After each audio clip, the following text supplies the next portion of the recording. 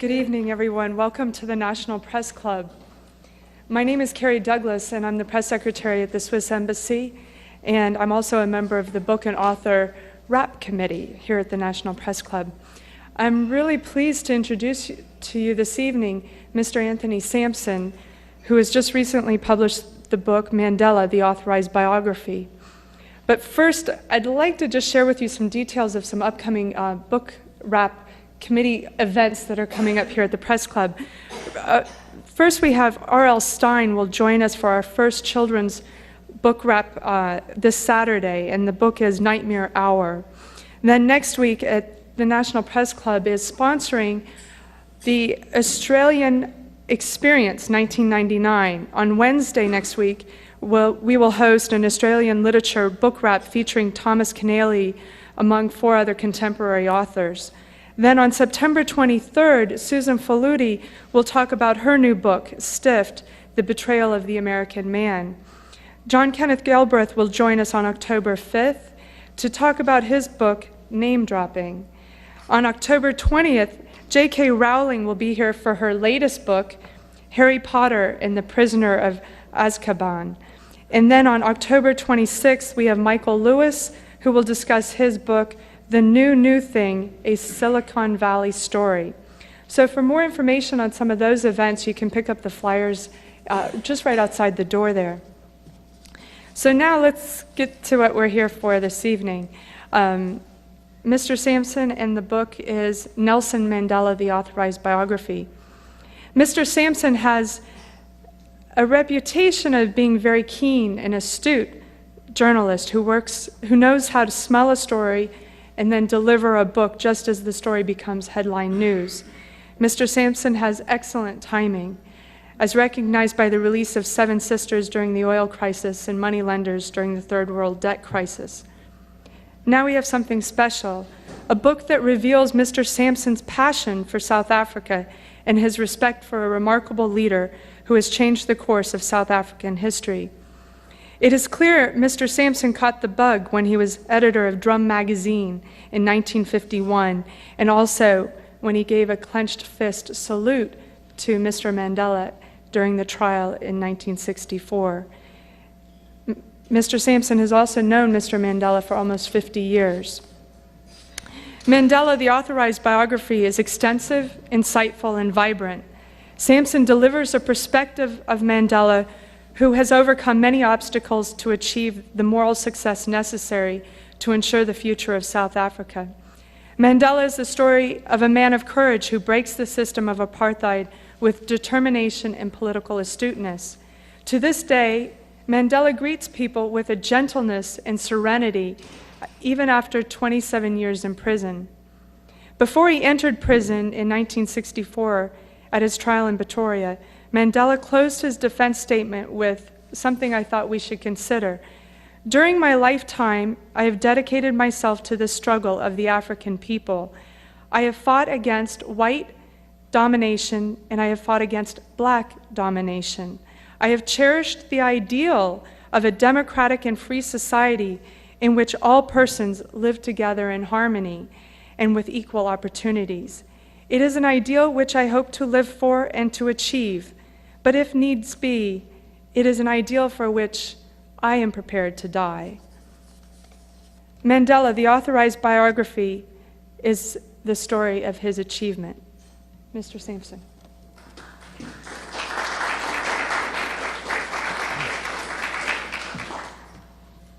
Thank you very much, and thank you for braving the hurricane. We're not used to hurricanes in Europe, and I flew over from London last night, wondering exactly what I was coming into. But it's very nice to be here in the eye of the storm in every sense. But I would like, if I could, to share with you 1 or 2 of my thoughts, really, having finished the book, and reflections that come so often as they do come after you've written the last paragraphs, which is sometimes more interesting than what you've actually written. But of course, I'd very much appreciate a discussion afterwards so that we can have more of a seminar and less of a lecture. But in particular, I wanted to discuss the what to me is the most fascinating part of Mandela's career, which is what he really tells us about the nature of leadership, not just in South Africa or in Africa, but generally around the world. Because, of course, he has achieved, I suppose, a kind of importance and a kind of magic as an icon, which very few other leaders at the moment have achieved at all. And it's difficult. I find it difficult writing the book when you have such a dazzling image with such magic associated with it to see clearly behind it. It's rather like facing a car with the headlights full on. You can only barely make out the actual shape that is behind it. And it is, of course, always difficult as a biographer, particularly as an old friend with access to your subject. It's difficult always to be entirely uninfluenced by that magic yourself. But when I discussed with him writing the book, and he told me, to my great pride, that he thought I was the ideal person to write it, I did tell him that I wanted to be sure that I could make my own judgments. I wanted to be sure of the facts and wanted him to read the manuscript, but that I wanted to have independent judgments, and he must not regard those as being in any way his responsibility. And he told me then that he very much hoped that I would be independent. He said, "I'm no angel, I'm not a saint, and I wanted to be depicted as an ordinary man with human weaknesses," which, of course, a lot of people say in the first place, but don't necessarily face up to when they see those weaknesses written about. But he was wonderfully helpful. He did read through the whole manuscript. He made fascinating notes in the margin, which I treasure. And apart from just one or two disputes, he was quite content for me to make some judgments which I thought he would find very sensitive and difficult to accept. And of course, as you imagine, to have the chance to write about a living person who is already a historical figure, and then to be able to talk to that figure yourself, is a very unusual privilege. I sometimes felt I was, as it were, like a historian of the French Revolution who was suddenly able to talk to Robespierre and Danton themselves and to ask what they really thought about events. And it was, to me, the combination of the documents, the extraordinary range of historical information that I had access to, with the chance to talk to Mandela and his colleagues about what they thought happened, which was the most fascinating part of the challenge. But in the book, I've tried to show the man behind the myth and also to trace the relationship between the man and the myth. Because, of course, the mythology was so powerful that inevitably it itself reacted on the person. And that's a problem that many politicians face but don't necessarily solve. How do you actually preserve an element of reality in yourself when you are faced with that degree of mythology and often worship around you? Of course, the mythology was much greater, far greater, because of the fact that he'd spent 27 years in prison. That itself, of course, gave a kind of fairy tale element to the story. That is why I think Mandela is a figure of fascination not only to anybody interested in politics, but to quite ordinary children who see him as almost a character from a fairy tale. He's the prisoner in the dungeon who comes out and becomes a prince. It's part of a long history of heroism, and of course that process of mythology began very much while he was still in prison. And many of you will remember the time in the 80s when the publicity around Mandela built up throughout that decade, how the image of Mandela in the world seemed so superhumanly amazing that it was hard to equate it to any real person, because he was thought to be so all-powerful and so extraordinary that he didn't seem like any person that one knew or understood, let alone a politician who has, after all, their own particular weaknesses. But it was for that reason that I find the task of the biography particularly fascinating, because I did have the wonderful good luck to have known him before he went to prison.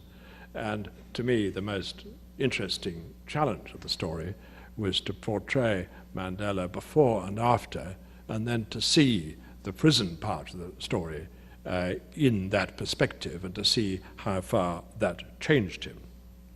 I had the very odd experience of having, as a young man just down from Oxford, being invited out to South Africa by a friend to edit this new magazine called Drum in Johannesburg, knowing nothing about either Africa or journalism. But I was then right in the midst of this world of black Johannesburg, quickly became editor of the magazine, and found myself knowing quite well nearly all the black writers, but more important, of course, the young black politicians who were just then starting their career as militant campaigners against apartheid, which had only just been instituted as a policy when I first went out. Now, I would like to be able to say that I'd always known, when I met Mandela in '51, that he was going to be the leader in South Africa. I'd like to say that I perceived immediately his unusual qualities. In fact, I didn't. I recall very clearly how, although he was impressive, courageous, militant, very fine-looking, I thought he was a showman. I thought he was too much of a showman to be a real leader. He was a magnificent showman. He had this superb presence, tall, strong, with a bright white smile, and great charm, very articulate. But it seemed to me that that was a kind of showbiz smile. It looked like so many smiles, a kind of toothpaste smile, and it wasn't, to me, altogether convincing. He was interesting, but his speeches always seemed to be rather formal, with quite a lot of cliches, and there was a kind of militancy about him that I rather distrusted. He had to be restrained by some of his colleagues, and you sometimes felt he was spoiling for a fight. In fact, he was rather as historically as, for instance, Teddy Roosevelt must have appeared in this country in its more militant phases, or indeed Winston Churchill before the Second World War, both of whom were inclined to be spoiling for fights. Well, of course, I was entirely wrong, and I was proved wrong when he first went to prison in '62, and again when he was tried again in '64, when I witnessed that trial and had some contact with him.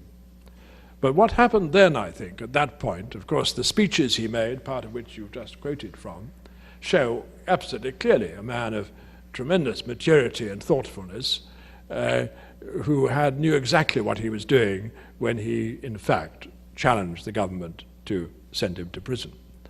But I think what happened was that his showmanship, which he certainly had, his tremendous sense of his own image, met up with the actual challenge of the country. If you like, he met his destiny at that point. And that was very, very much like Churchill himself in 1940, when the man who many people thought who was spoiling for a fight, had a fight that was worth spoiling for, and found his natural destiny as a war leader. So when Mandela was sentenced to prison, he knew what he was doing. He knew that he was, as he said in that speech, that he was prepared to risk his life for his principles, and he knew that he was undoubtedly going to have a pretty rough time as a result. And I remember, in fact, to my amusement, when I was first starting my biography, I was talking to Mandela in London during his state visit to Britain in 1996, which was a triumphal visit. And he'd just at that time been in Trafalgar Square with a huge welcome from every kind of person. And then he came to the Dorchester and we had a talk together. And he was in such amazingly, wonderfully generous form, and so totally at ease with himself. I couldn't resist asking him. I said, why were you so different when I first knew you? Why were you so aloof and so difficult to communicate with? And he smiled and he said, I suppose I was defensive then. And that was very interesting to me, that of course he had a great deal to be defensive about. He'd been persecuted, humiliated, and been exposed to all the horrors of life in Johannesburg under the apartheid state. But at the same time, he hadn't fully found himself. And that serenity which you referred to was, I believe, the result of finding himself and knowing exactly who he was and what he was doing. And that perhaps has interesting lessons for politicians in general. When he first went to prison, of course, it was not imagined by him or by most people, including myself, that he would spend anything like half a lifetime in prison. He thought he would probably spend about 5 years. That was probably what most people thought. And that appeared to be then, in terms of Africa at the time, as many of you will remember, was thought to be not an unusual event, that other African leaders, revolutionaries, spent a time in prison and then soon afterwards came out as presidents. That happened to Nkrumah in Ghana, it happened to Kenyatta in Kenya, and it happened in other countries too. I'm not saying that was necessarily in Mandela's mind, but certainly nobody amongst those prisoners thought that they were going to spend more than 25 years there. But in fact, of course, the prison period of 27 years was not only far longer than they expected, but I believe was far more crucial to their political development than anybody could have guessed. It was, to me, by far the most interesting part of the research and the story in my book. Because when they went to prison, they were no longer part of a huge pageant of history, like most politicians, with enormous numbers of events around them and people coming and going. They were part of a very intimate play. They were part of a small group of only 30 people in their particular cell, combination of cells, with a few warders, in what was therefore not only far more dramatic, but far more testing and much more interesting than any ordinary political life.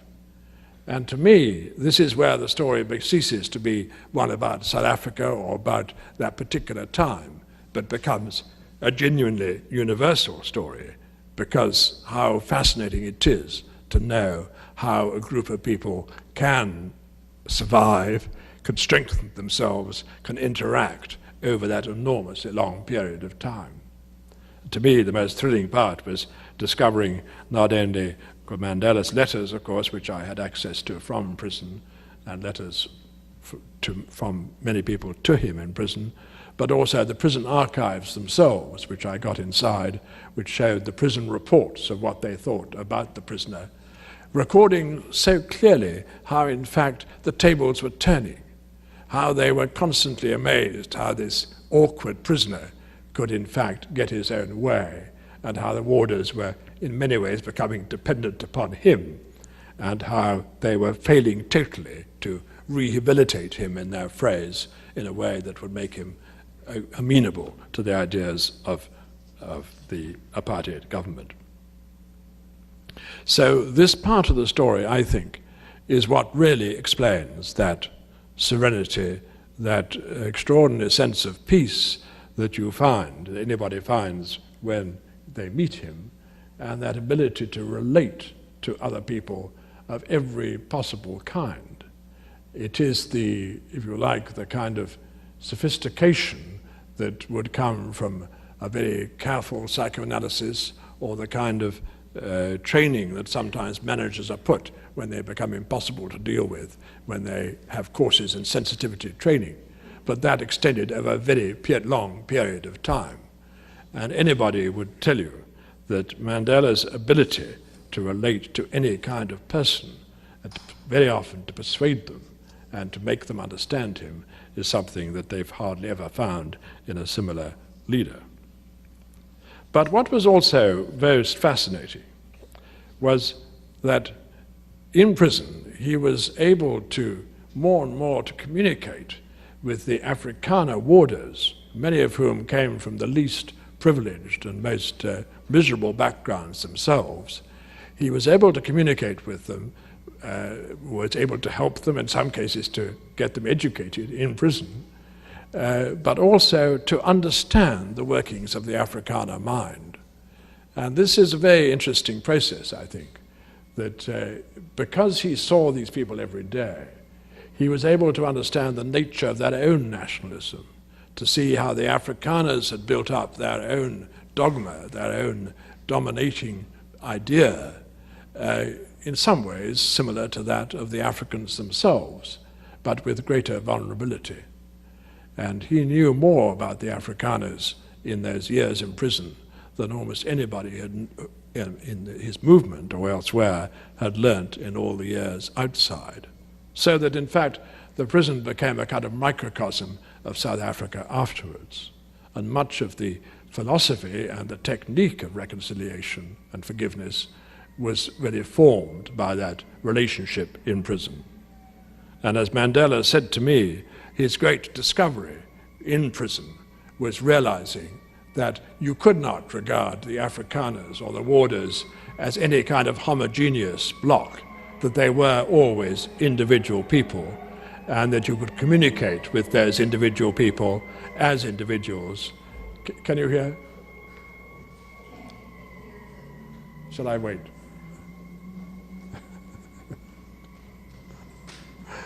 Not sure whether that's a crime or a hurricane, but shall I go back a bit? I'm sorry. In prison, as he told me, he made the discovery that you could not regard warders, or indeed other groups of people, as homogeneous, as all the same, that they were individuals like everybody else, that you could argue, discuss with them as individuals. And indeed some of the warders I talked to were quite extraordinarily helpful to him by passing messages, by getting special dispensations, and by, in fact, becoming virtually part of that movement. Often not for political reasons, for reasons of pure decency, often of a certain rebelliousness, and sometimes of just a common feeling and admiration for the people that they were supposed to be looking after. But I think the most crucial part of Mandela's education and his lesson, if you like, for others, was his realization that in prison, by behaving with dignity, by treating other people with dignity, and by remaining absolutely true to your own principles, you could, in fact, ensure not only your own integrity, but extend that to others. It interested me that while he was in prison, he used to recite a rather old-fashioned Victorian poem by the poet W.E. Henley, which I think began, or part of it was, "I am the master of my fate, I am the captain of my soul." It's now in England thought to be very old-fashioned, but that was what he would often recite and open in prison. And of course this was a large part of the key, that the fact that as a prisoner he could feel himself to be his own master in the face of every kind of deprivation was, of course, what gave him quite a considerable domination and influence over other people. He required those arts of understanding human nature, which have, I think, evaded many other politicians. Well, when Mandela emerged from prison, many people, like myself, were very apprehensive of what would happen, because the myth by that time had become so enormous. The sculptures, the streets, the paintings, the reconstructions of him were multiplying all the time, and nobody really knew what he was like. The last photograph of him was in 1965, taken in prison. And I know that in London there was a huge bust of him that was unveiled. I was there when it was unveiled in 1985, showing him as a huge, thick-set figure with thick lips and bull neck, which still dominates the South Bank outside the Festival Hall in London, which bore no relation whatever to what he really looked like. It was a rather Stalinist picture of a sort of heroic leader, not at all like his actual presence, which has always been rather sensitive, rather delicate features, with none of that thick-set arrangement. But that was typical of the build-up at the time of this supposedly superhuman figure. I talked to him about that problem. I said, were you not worried what would happen when you came out of prison? And he said he'd thought about it a great deal, because of course at that stage he could read a lot of newspapers, and he could even see films and sometimes television, so that he knew exactly the build-up that was going on outside. And he told me for that reason he was determined that when he came out he would show himself to be an ordinary person with ordinary weaknesses. He was determined to avoid the kind of the personality cult which of course had afflicted many other African countries, the idea that Nkrumah or anybody else was superhuman. And he took great pains, he said, to make sure in those first weeks that he was perfectly ordinary. And I remember very vividly going to see him a week after he came out of jail, because I was lucky enough to be in South Africa at the time.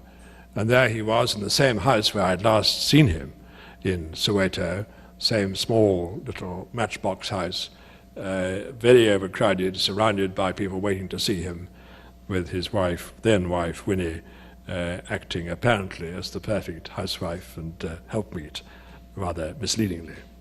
But that was part of his determination to appear to be, and in fact to be, a human being with ordinary weaknesses. But when he did emerge from prison, he did undoubtedly have a particular kind of mastery of politics, which is, I think, the real secret of his leadership. Many people talked to him then, of course, as a saint, and that became often the label on which he was described. He always told me that he disliked very much being called a saint. He didn't mind being called a sinner who keeps on trying. But the fact was, of course, that he was a master politician in the best sense of that term, in the sense of being always concerned with the long term, of having a very clear idea of what he was trying to achieve, and of seeing the country's future as being the overriding objective. And it was this that made him determined on his policy of reconciliation and forgiveness. Well, in a sense, of course, that was saintly. It might appear to be saintly to be able to go to see our former persecutors, including his prosecutor in his last trial, the widow of Dr. Verwoerd, the most intransigent prime minister, and many other pretty horrendous people, to be able to go to see them and to shake hands with them and have tea with them and so on. That does, to many of us, seem quite saintly. But whether or not it was saintly, it was also very shrewd politically, because by forgiving them individually, he was in fact helping to disarm and to defuse the Afrikaner white resentment against him and the coming black majority. And at the same time, he was undoubtedly acquiring his own moral authority. So to distinguish between the saint and the master politician is not always easy, and certainly the man who ran his own department told me that he was always wondering whether he was a saint or Machiavelli. But of course there comes a point when the two become not necessarily so different, when you accept that the ultimate objective is to save your country and to unify people in the same sense of purpose.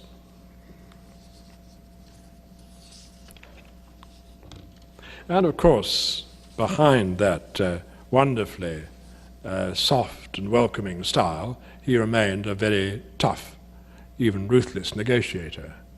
It was interesting to see how he was able to mislead somebody like de Klerk in those long negotiations before he became president, de Klerk was, I think, too easily convinced that Mandela was a soft touch because of his charm and his courtesy. And it made the moments when Mandela suddenly burst out with fury against de Klerk all the more effective. What always exasperated Mandela, as he said to me, above all, was when the moments when he felt that his dignity, and therefore the African dignity, was being offended. It was that issue above all. It was when people were patronizing him or when they were assuming him to have some different status that would always ensure that he would break through that otherwise supremely courteous behavior. And in fact, of course, in prison, he had been steeled and hardened, as one of his colleagues said, by that experience, as well as becoming much more understanding of other people. And I suppose that is perhaps the most powerful combination for a leader, is to have that combination of being able to understand people, to relate to them, but to be absolutely determined on the crucial issues, not to give way and to get your own way. It was, of course, amazing to many people when Mandela came out of prison to see how extraordinarily adept he was as a politician in the purely technical sense. I used to often to see him working the room or with many other people in a situation like that of many other leaders, like President Clinton, for instance. You're seeing them with such extraordinary ability to say the right thing to the right person, to remember names, to understand exactly how to get people to support you. He appeared in many ways to be the ultimate modern politician in that sense. And having never seen television in South Africa for most of his time in prison, because South Africa didn't allow television until 1976 because they were worried about its impact on the blacks. It was fascinating to see how he became a natural television performer. People said that he was almost the ultimate postmodern politician with such extraordinary gifts. But I think that was not true. I think, in fact, that ability to relate to people, that understanding of persuasion, came partly from his prison experience, but also from his experience as a child when he was being looked after by the guardian, by the local chief, and he watched that chief with his own tribesmen, determined to keep them together, to persuade them and to let them have their say. It was, if you like, a pre-modern experience, more like that of the old monarchies than of the modern vote-getters. Well, the question remains, I think, for anybody who's watched Mandela, including those who've known him better than I have, exactly how that balance is between the saint and the Machiavelli. Exactly how much of him is calculating, able to manipulate, able to get people on his side, like a master politician. How much of it is an ultimate, fundamental goodness of character, which is able to see ahead and to understand what people really want. Of course, Machiavelli himself was not setting up to be the prophet of sinister schemes. He was simply describing the art of being a great prince. And one could argue that that is what, in the end, Mandela has become, because his style was in many ways much more monarchic than it was republican or purely democratic, though he always understood what the importance of democracy. But if you look back at this extraordinary development, I think what the real legacy was, and this is my concluding point, was the ability of Mandela to set a pattern of multiracialism and of genuine equality of understanding and treatment between the races.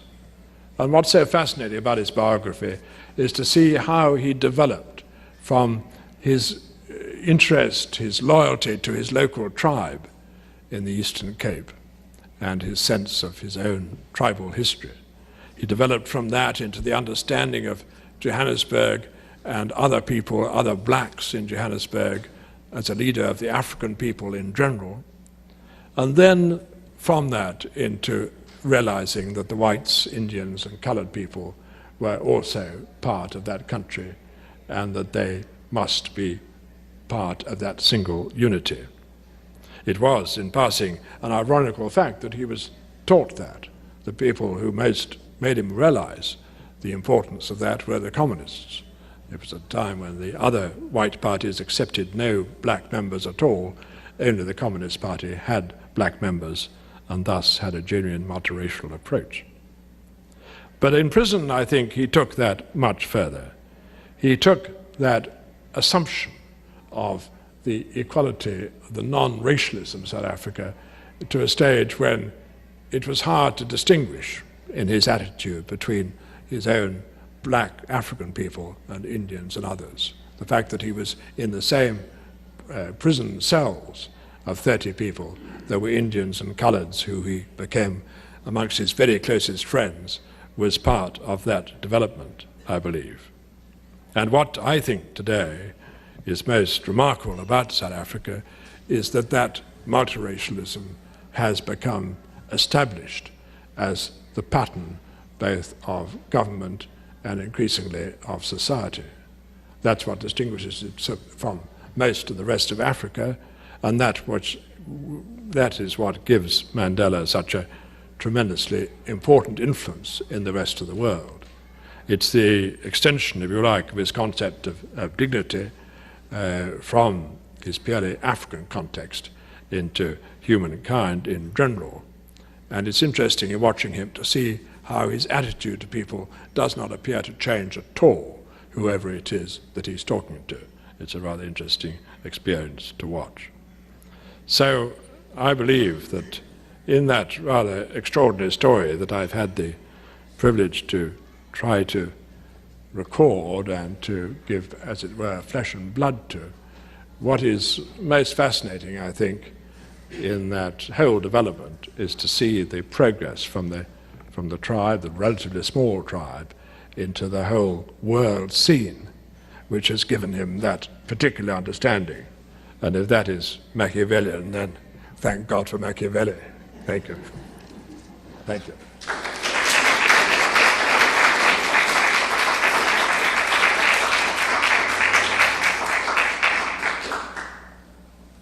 We're going to take questions. If you'd like to go to either microphone and identify yourself, and do you want to stand here? And shall I stand there? It might be easier to hear.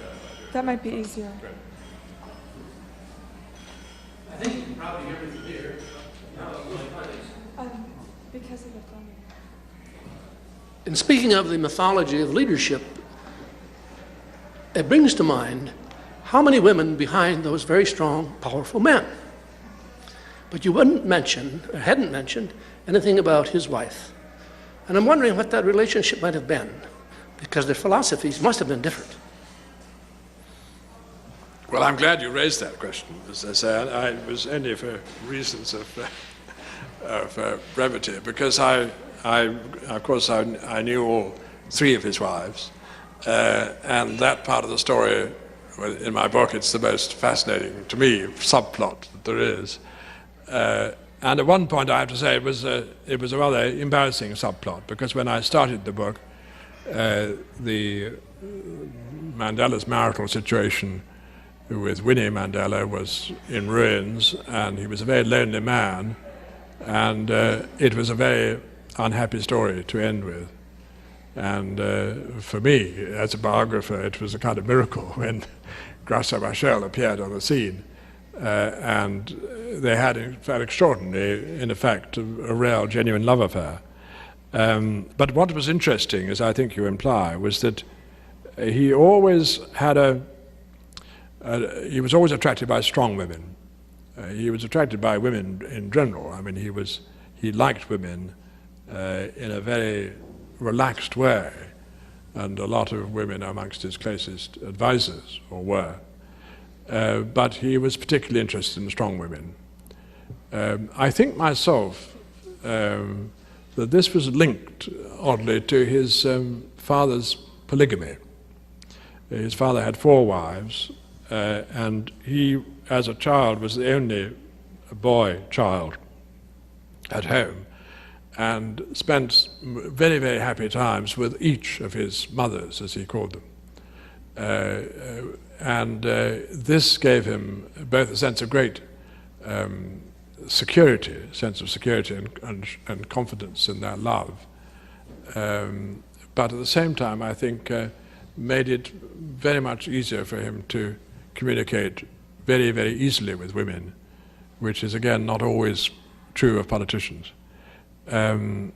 His immediate entourage, particularly as president, included some very strong women, and Graça Machel herself, his 3rd wife, who gave me some of the most interesting interviews in my book, was, of course, used to being a president's wife because she had been married to the president of Mozambique, and was already then a politician in her own right, and may yet eventually be president of Mozambique herself.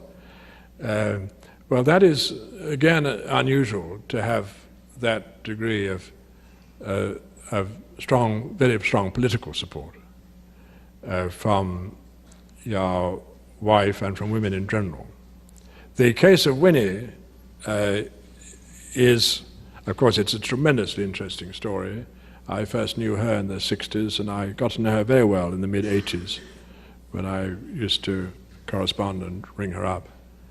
Before, as well, I certainly did not realize then that she'd gone round the bend, to put it bluntly. But she, of course, was a very strong woman, and very difficult to control. He said in prison that he thought he was the only person who could control her, and for that reason was guilt-ridden that he was not in a position to do so. I think even before he went to prison, he realized that she desperately needed a very, very strong man to make sure she did not go off the rails. But that story is well enough known. The only point I would like to make about Winnie is that although she is a very dangerous woman and has done some very terrible things, the popular reports of her, I think, rather make the story less interesting than I believe it is. They present Winnie rather as a kind of horror movie character, and some of her acts do belong in that genre. But the story is more moving and more interesting than that, I think. It's more like Antony and Cleopatra, if you like. I had very long talks with her too, and I think it's possible, without in any way approving of the worst things she did, it is possible to have some kind of sympathy with her, of the kind that Shakespeare could display towards his tragic heroines, i.e. that she belonged to the world of tragedy rather than of horror. I know I haven't fully answered your question, but that's maybe a clue. Do you feel that, you mentioned that Mandela's relationships with people don't generally change, but do you find, especially since his release, that there's been a divergence both philosophically and in personal relationships between he and his prison inmates, such as Govan Mbeki, Sisulu, Maharaj, and others? Does he, again, more towards a man of the 90s and a new style politician, why they have stayed the course, and has that affected their relationship between those who he spent the 27 years with? Well, it is very interesting that. I mean, one of the most interesting documents I was able to see was the accounts of the arguments he had with his left-wing colleagues in prison in Robben Island, which were recorded and which were much fiercer than has been generally acknowledged. And those arguments had a very important consequence later on. It is true, of course, that the prisoners the people who had been through prison, when they came out of prison, had a very different experience from the exiles, or indeed from the freedom fighters in the field, from the guerrilla fighters, and that there was some tension after they all came back to South Africa between those different groups. But there was also the tension that had come out very openly inside Robben Island itself. And that part of the story is tremendously interesting, particularly with Governor Mbeki, who you mentioned. Governor, I must explain, was probably the most effective Marxist in prison, very strong character, father of the present president, though not at all sharing his views now. And that argument between what they called in prison, they called them the communists versus the nationalists. Although Mandela wasn't nationalist, he was described as that in the sense that he didn't regard the communists as being, as it were, preeminent, and he did not want the ANC to be dominated by the communists. But that tension was very great, and of course it became greater in the period immediately before Mandela's release, when it became clear that Mandela was having secret talks with government representatives, which the left-wingers, the communists particularly, suspected were selling out their cause. Well, it wasn't a sellout in the sense they said it was, but of course it is true that many communists wanted South Africa to go through what they called a rolling revolution, which would in effect reduce the country to a state of chaos when there would then be an effective seizure of power, to use that phrase, whereas Mandela was convinced that the cost of such a civil war would be catastrophic in terms of human life and would lead to a fragmented country.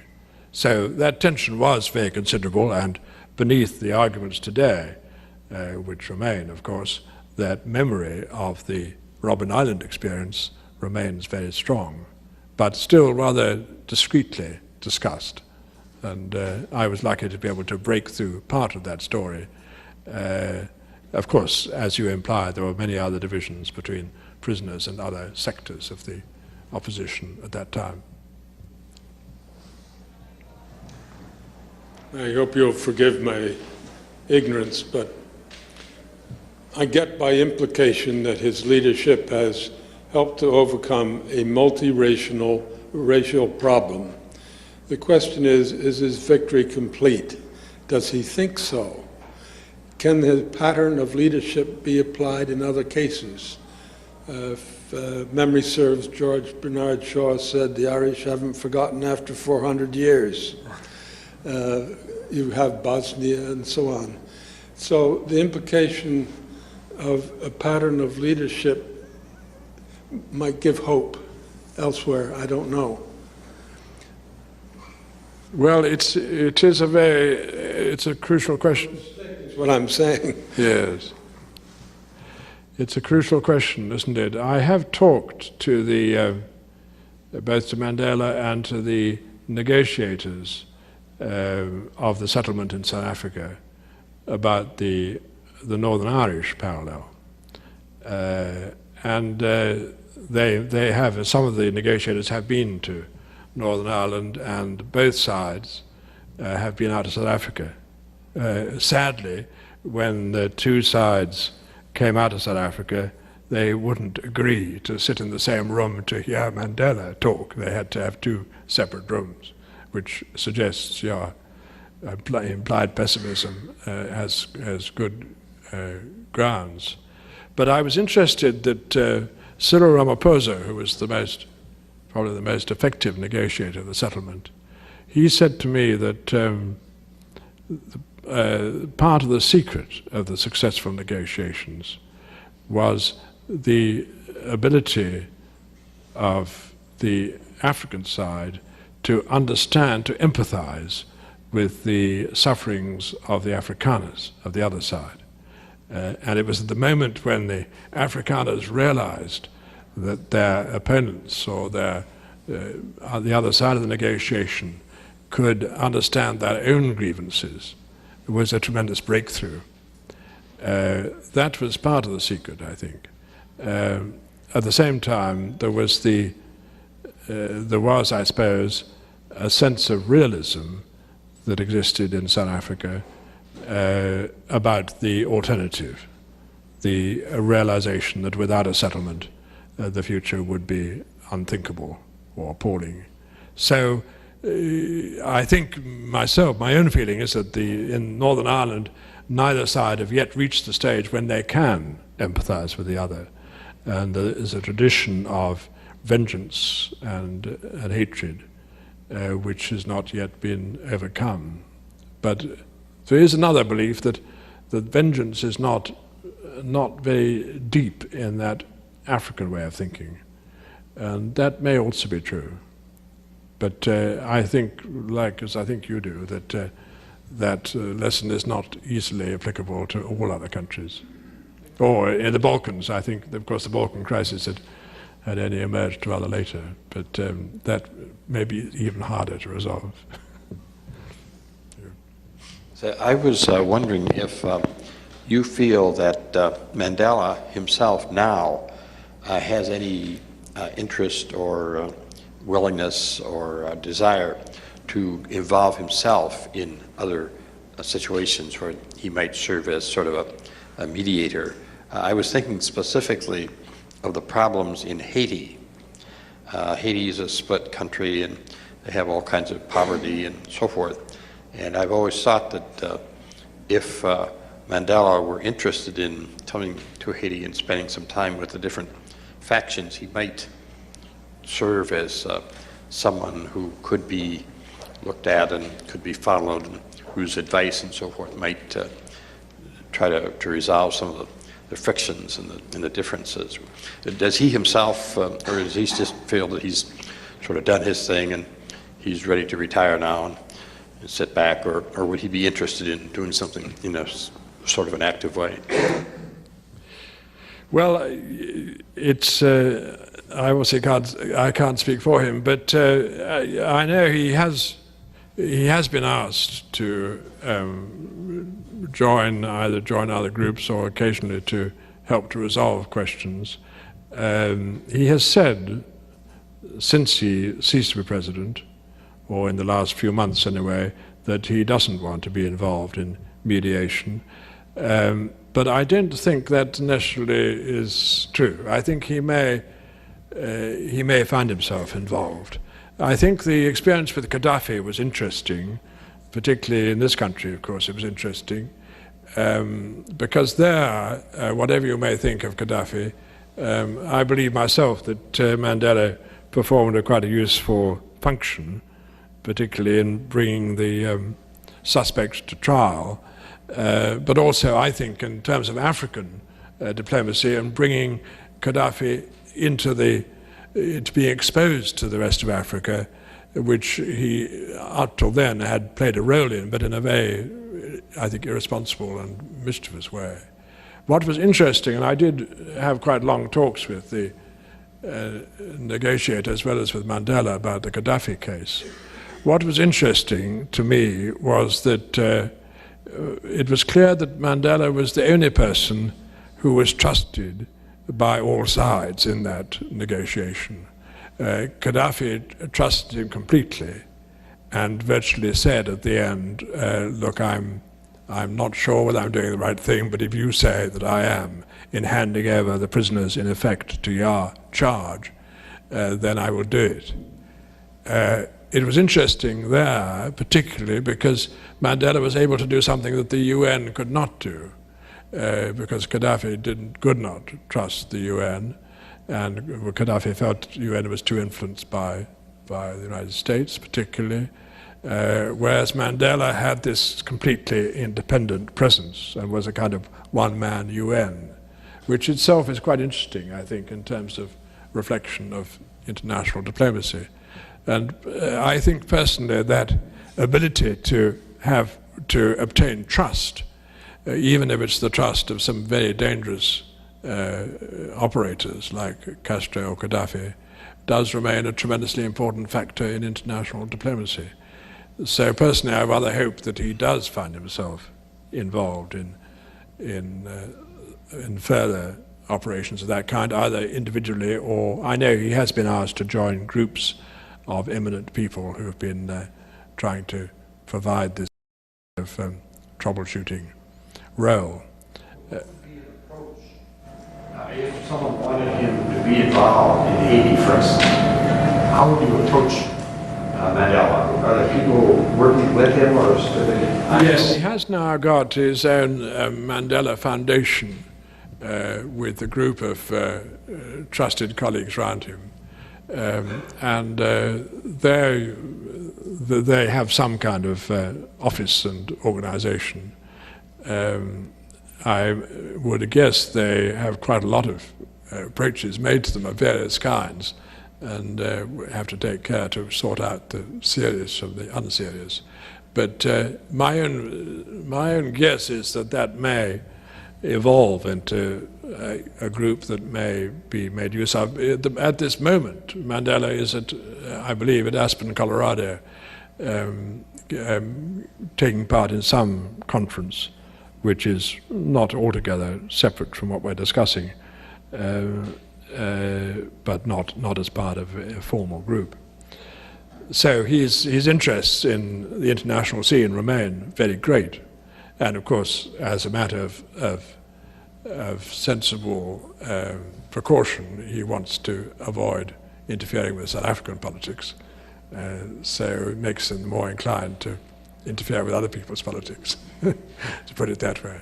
But I would be surprised if he were not to become involved in the more critical. In Indonesia, you must remember, he did play this interesting role in bringing pressure to bear for the release of Gusmao, the East Timorese leader, who he felt he made sure that he could see this at the time of Suharto, and had acquired a great admiration for him.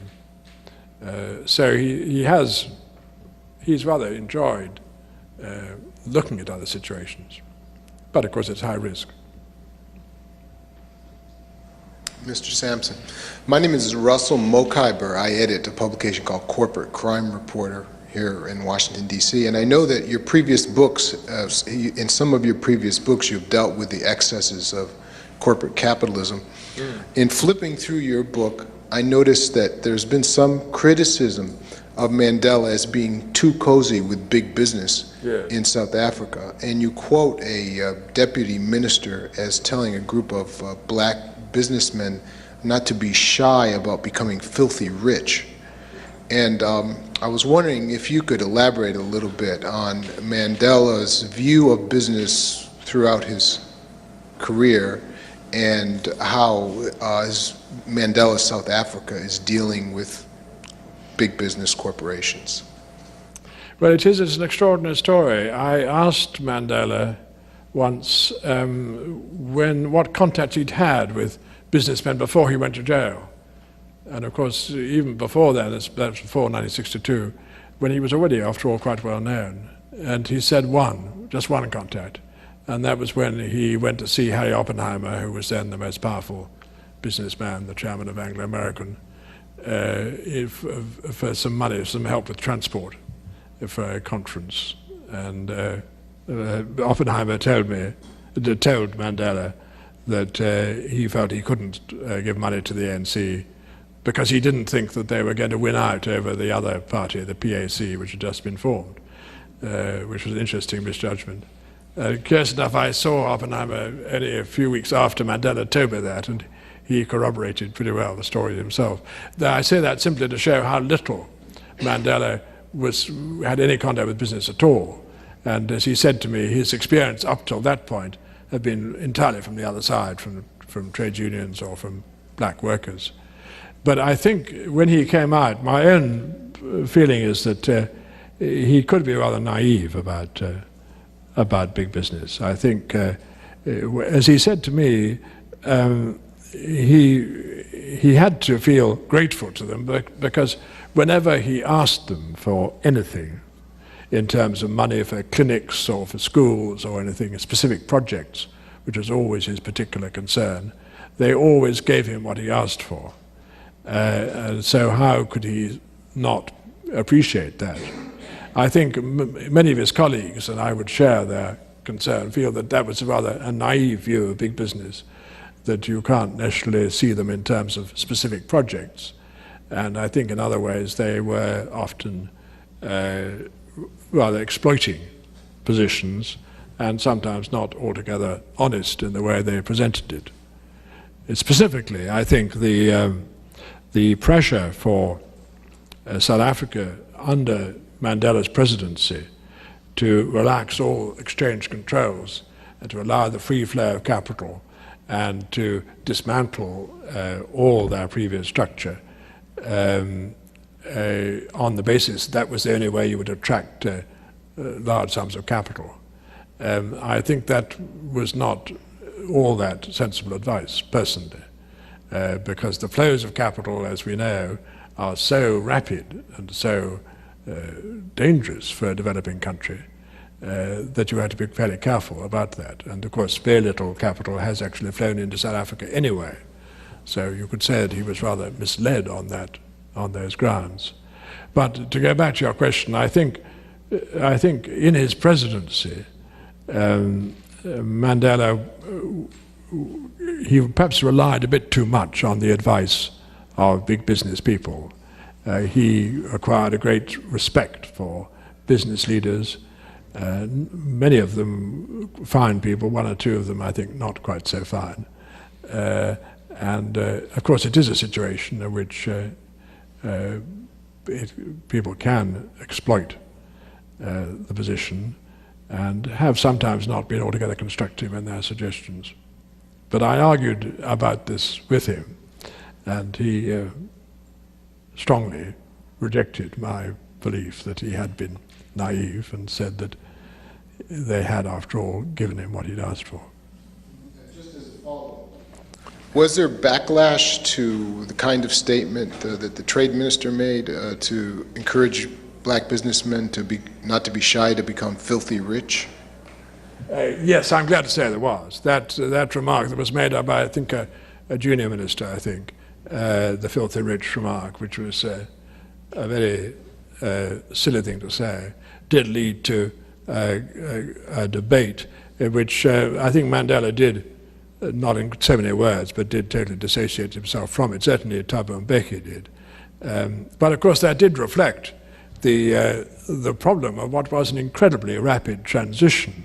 I mean, the fact that in just a matter of a very few years, people who'd had no access to capital whatever and no opportunity to earn money had often been co-opted, often rather deliberately, sometimes rather cynically, into positions where they could make quite a lot of money quickly.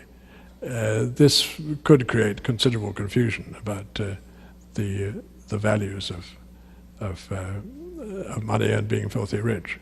And that remains, as it is in any young country, in fact, a considerable problem.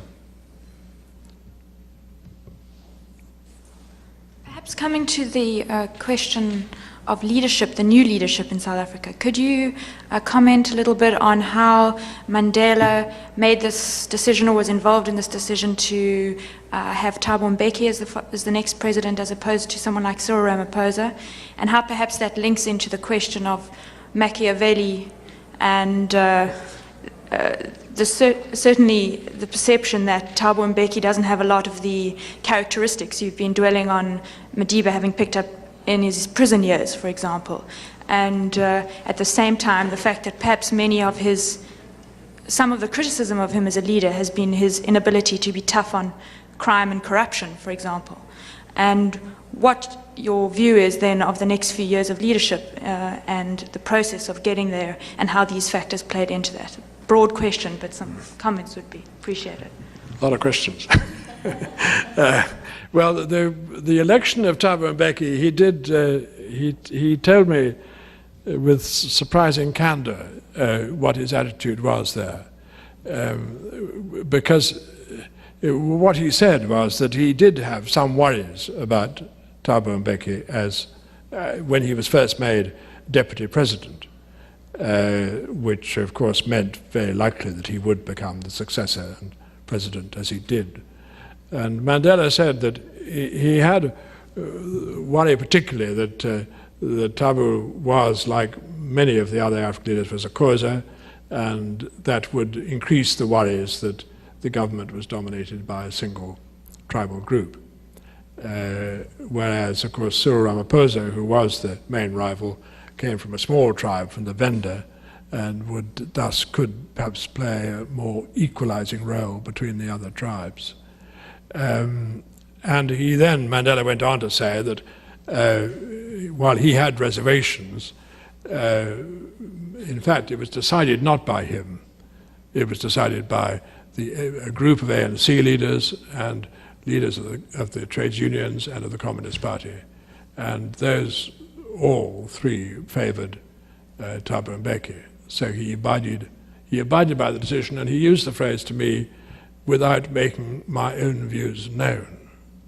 He didn't necessarily say that he was against it, but that phrase was significant, that he didn't make his own views known. And with that I would assume that his own view was that it should not be Thabo Mbeki. He did make a rather curious, coded remark about congratulating Mbeki on having been elected president of the ANC, which he was then, but then saying, pointing out the dangers of being elected unopposed, and how you could, if you were unopposed, you could get into the habit of surrounding yourself with cronies, of resenting argument, and of generally preferring to do things with a close group of friends. And some people thought this was a coded warning to Mbeki, who had been accused of surrounding himself with cronies. And I think it probably was that. But having said that, I think since that time, Mandela gave no indication of concern. And I was at the inauguration in July, which was itself a very remarkable event. I mean, the smoothness of that succession, very few people bothered to comment on it because it was so smooth, was, in a sense, you could say, the ultimate tribute to Mandela's achievement, that nobody expected any problems with that succession, and there were none.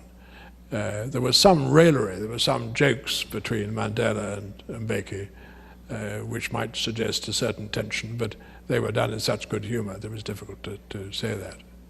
But just to skip your other questions and to go to the future and the question of crime, because often people link those two. The crime problem, and I've of course discussed this with Mandela, is a much broader problem, I think many people are prepared to accept. What Mandela does get very annoyed by still is people who only became interested in the crime problem when it spilled over into the white world.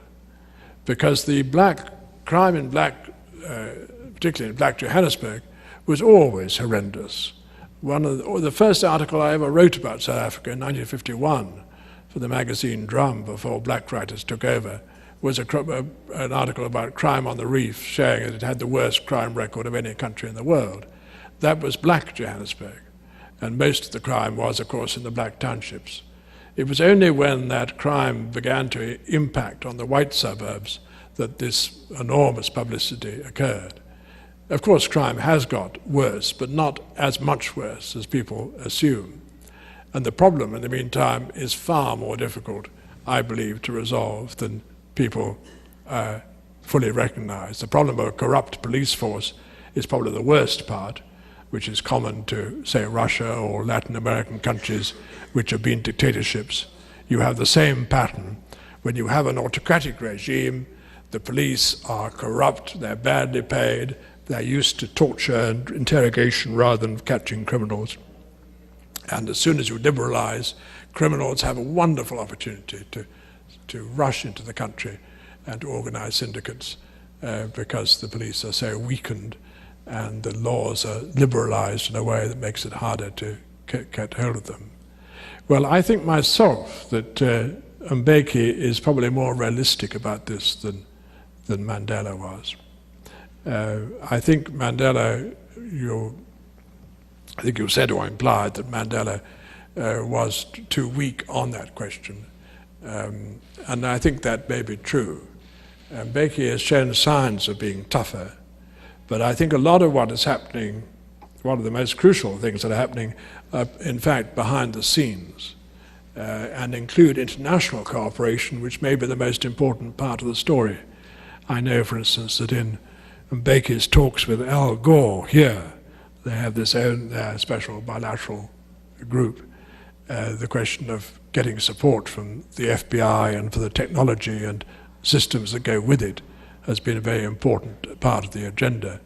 And the British also have been helping there, because of course large part of the crime is really from big syndicates, which are very difficult to get a hold of and often linked to international groups anyway. I'm not making excuses, and the crime problem I think they were late in addressing. But my own belief is that Mbeki, I know it's in the forefront of his mind, and I think he may well be more effective than Mandela was. Sorry, view on? Sorry. As I understand it, and correct me if I'm wrong, you're on the advisory board of the Independent Newspaper Group. And I am interested to know what you believe the media's role to be in respect of crime, because I would agree that I believe that the crime is certainly it's a major problem, but that it has a higher profile globally, which has a major impact on investment into South Africa. And I think the media, both locally in South Africa and globally, has an important role in that respect. And what is your view on that? I absolutely agree. I think that if every country revealed their crime rate in the way that the South African papers do, many other countries would appear to be immensely dangerous. And of course, by publicizing crime in London or New York or Washington, indeed, you could make them sound absolutely impossible to live in. Of course, it is true that Johannesburg does have a higher crime rate than any other city in the world at the moment. But as you imply, that the publicity given to it is often quite misleading. But it's very difficult to prevent that, I think. I think in many cases, there's the Citizen newspaper, for instance, which was in Johannesburg probably the most obsessed with crime, has recently dropped that line, linked perhaps to a change of ownership, and doesn't give quite the same obsessive coverage. But as we know, crime is a good story for journalists, and it's particularly good story, unfortunately, for white journalists who want to show that things have got much worse, and who are more interested in crime against whites than crime against blacks. And that remains a great political problem, that by not facing up to the past history of crime, you are giving a very misleading picture of what's happened today.